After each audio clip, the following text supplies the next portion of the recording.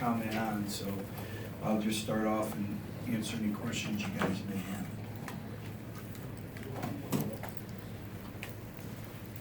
Steve? Just what did you see out of your team before this game this week? You had said last week was kind of some lackluster performances. Was there anything clued you into what was going to happen? I thought we had a good week of preparation. I thought our kids were ready to play. I think it's an accumulation effect when you have opportunities to make plays and relatively early in the game, and you don't. I think you lose those opportunities, and we had some opportunities for some big plays on offense that we didn't. We dropped a couple interceptions, and I think everything snowballs from there. And when you're playing a team as good as Georgia, every opportunity you get to make a play, you have to make a play, and you're not going to win very many football games turning the football over 4 times. Situational football, we did not excel in. We turned the football over. Red zone defense, again, I thought a couple times we stepped up, but overall, 3rd downs on both sides of the football. Offensively, we were 1 out of 12. We knew coming into the game that we had to excel in the 50-50 ball out in the perimeter, and we weren't able to do that. And right now we're being tested. It's what I told our football team, and our character's being tested. Everything about us, but there's no excuses. There's no hiding behind it. We're going to find out who the true leaders are. We're going to find out who the true competitors are. And the bye week's coming at the right time. We're 3-2 with a lot of football left to be played, and we're going to find out what we're made out of each and every day moving forward. Butch, how concerned are you about your offense at this point? Very concerned. We never established any rhythm. We did not establish any tempo. Very, very limited. I don't think we have any explosive plays. We have to up the tempo. We need explosive plays, and we need consistency when we run the football. It was as bad as an offensive performance as I've ever been a part of, and it's inexcusable. Thanks, Steve. Coach, what's the biggest thing you as coaches are going to concentrate on fixing over the bye week? Everything. We'll go back and we'll dissect every single video that we have. Again, finding the right 11 that want to compete every single day in practice, and we have good kids. And I saw some players step up and some leadership emerge, but we have to make sure we look at anything and everything and what gives us an opportunity to win. Special teams, I didn't think we played up to our standard and our expectation. Defensively, some things to build upon and some things to improve on, but everything will be looked at in our program from A to Z. And like I said, we have a long season left ahead of us, and we can't leave it in that locker room. We have to come back to work tomorrow, and we got to work to be better. And there's a lot of football left to be played, but we're being tested right now. David? On that note, with there being a lot of football left to play, I mean, it feels like maybe the East race has slipped through your fingers at this point. What is there left to play? What's the goal? What are you shooting for at this point? To win every single game. That's the number one goal. And again, we have 7 opportunities left that we're guaranteed, and that's always the goal, is to win. Brent? Butch, I think they had 7 yards or 1 yard rushing in the first quarter and an average of about 6 yards a carry the last 3. Was it something they did? Was it their talent taking over? Did you wear down? What did they do to win the line of scrimmage the way they did? I'll know more when I watch the video, but again, our defense was out in the field a long period of time. We weren't able to control the football. We were behind in field position most of the game, and then we get a great opportunity on a turnover, and we turn the football over ourselves. And that's when I talked about the accumulation, the cumulative effect. That's what I'm talking about. When you have a team as good as they are, you get the ball on a turnover in that type of field position, you have to come away with 7 points. So I'll know more when I watch the video. But again, we weren't able to sustain drives, and our defense was on the field a long period of time against a very physical and good football team. Blake? Was there anything in particular to think that maybe led to the offensive struggles the most? Well, we knew obviously that they're a very good defensive football team, but we expect to score points and move the ball on anyone. and it comes 11 individuals working together as one. And that may sound coach speak, but it's true. You can have 10 individuals do the right thing, and one individual has a breakdown or a missed assignment. That doesn't give you an opportunity. And I'll know more when I watch the video. And that's one of those things that we talked about, of being detailed and watching everything. But again, we need some people to step up. And, when we have a 50-50 ball, right now we're having to play perfect, and you can't play perfect. You need big chunk yardage football plays, and we're not getting that right now. Shearston and then Jesse.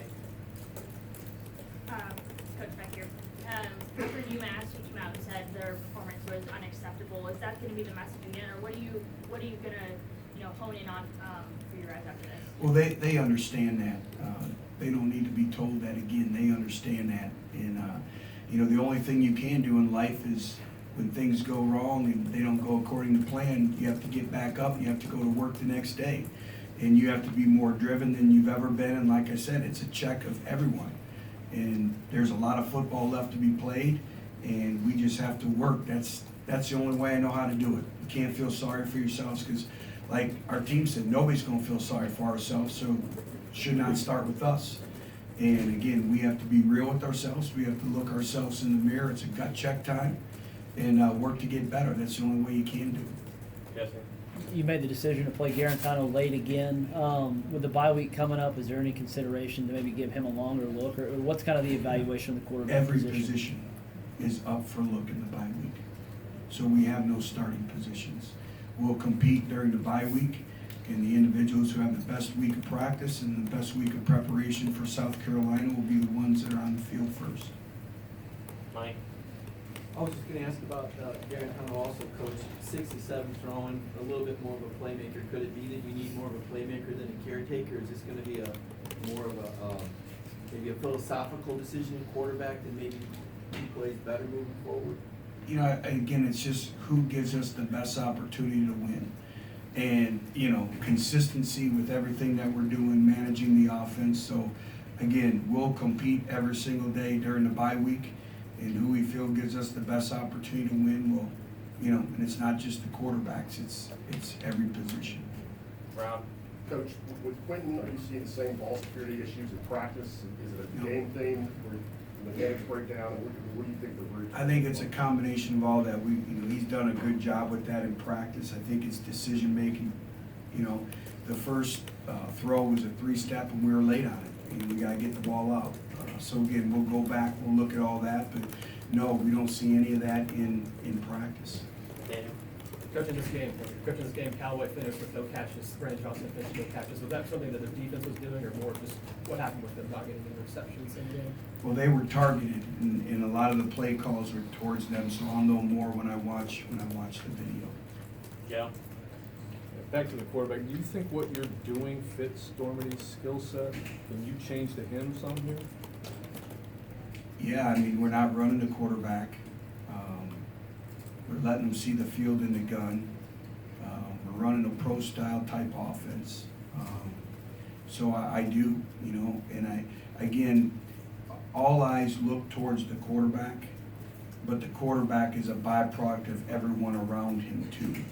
And, everyone wants a point to the quarterback, but I think it's more than that. I think it's everyone. It starts up front. It's a line of scrimmage game of controlling the line of scrimmage. It's wide receivers and tight ends winning their one-on-one matchups. If you really think about it, football is the greatest team sport, but also it really comes down to 11 individual battles one-on-one. And everything points towards the quarterback, and he's got to take care of the football. But I think it's also a byproduct of everyone around them as well. Last couple, Brent, Dan. Butch, you said a lot of football left to be played, go back to work. Are you worried at all about your team psyche, your team chemistry, your team mentality coming out of who you are heading into the bye week right now? Well, first of all, everyone should hurt. If it doesn't hurt, then that shows you're not heavily invested. If you're invested, you hurt. This one stings, and it's going to take a while. And like I told them, if you don't feel like coming to practice, you better remember how you feel right now. And if that's not motivation, I don't know what is. But also, we have a group of individuals that understand our expectations here at Tennessee. And especially when we play in Neyland Stadium, there's a tradition of excellence that we expect and that we demand. So to me, if you're a competitor, you can't wait to get back to work. And again, it starts with us as coaches, of holding everyone accountable. It starts with us, it starts with everyone in our organization. And I know, we get tired of hearing it, but it is what it is. But I don't expect them, if you're a competitor, I don't expect it to bother their psyche. Last question, Dan. But you talked at the top about things snowballing. How much do you think the turnovers contributed? Oh, absolutely. Everything is about turnovers and turnover margin, and you can't turn the football over 4 times. And, like I said, football is a game where you create breaks for yourself and you create momentum. And, we do a great job defensively. We have an interception, and then what do? We turn the football over offensively, and now all of a sudden they step up. So you're exactly right. You cannot turn the football over and expect to move the football and win football games. Thank you, Coach. Thank you. Thank you.